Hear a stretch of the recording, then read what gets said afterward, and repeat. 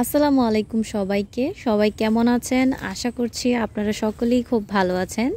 আজকে আমি গ্রামের খুবই পছন্দের একটা খাবারের রেসিপি আপনাদের সাথে শেয়ার করব। আর আজকে আমি শেয়ার করতে যাচ্ছি খাকরান দিয়ে খুবই মজার একটা রেসিপি। আর এই খাকরানটাকে আমি আজকে নতুন কাঁঠাল বিচি আর শুটকি দিয়ে রান্না করব। এই খাবারটা এত মজার হয়ে থাকে আর এত উপকারী হয়ে থাকে। চলুন তাহলে আপনাদের সাথে শেয়ার করছি কি করে এটা আমি তৈরি করলাম।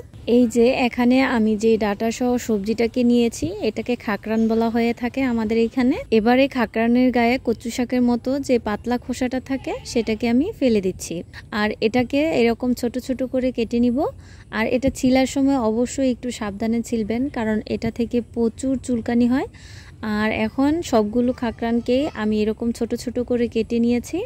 এবার চুলার মধ্যে আগে থেকে একটু গরম পানি বসিয়ে এর মধ্যে ডাটাগুলোকে পরিষ্কার করে ধুয়ে দিয়ে দিচ্ছি। এবার এর মধ্যে একটা লেবুকে ছোট ছোট করে কেটে আমি দিয়ে দিলাম, যাতে করে পরবর্তীতে এটা খেলে আর গলা চুলকানোর সম্ভাবনা না থাকে। আর এখন এটাকে বেশ অনেকক্ষণ জাল করে সিদ্ধ করে নামিয়ে নিচ্ছি। এবার ডাটাগুলোকে চুলা থেকে নামিয়ে তারপরে 4 থেকে 5 বার ভালো করে ধুয়ে নিব।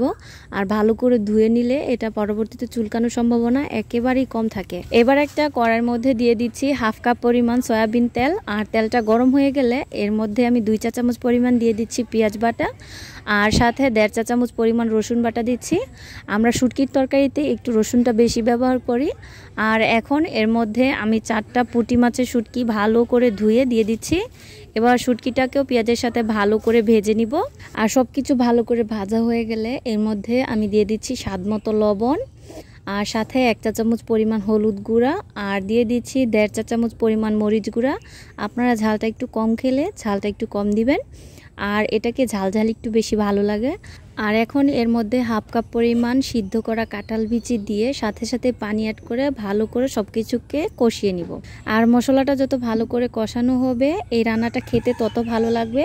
আর যখন এই মশলাটা ভালো করে কষানো হয়ে যাবে আর তেলটা উপরে ভাসতে শুরু করবে, তখনই এর মধ্যে আমি সিদ্ধ করে রাখা ডাটাগুলোকে দিয়ে দিচ্ছি। আর এর থেকে আমি লেবুগুলোকে বেছে তারপরে ফেলে দিয়েছি। এখন মশলার সাথে ডাটাগুলোকে ভালো করে উল্টে পাল্টে মিশিয়ে তারপরে আমি কিছুক্ষণ ভেজে নিব। আর এটাকে কিছুক্ষণ পর পর ভালো করে নেড়ে চেড়ে বেশ অনেকটা সময় নিয়ে মিডিয়াম হিটে শুকিয়ে নিব। আর দেখতেই পাচ্ছেন যখনই এর কালারটা এরকম চেঞ্জ হয়ে যাবে তখনই এটাকে আমি চুলা থেকে নামিয়ে নিচ্ছি। আর এই রান্নাটা যতটা ভাজা ভাজা করে করা যাবে ততই টেস্ট বেশি লাগবে।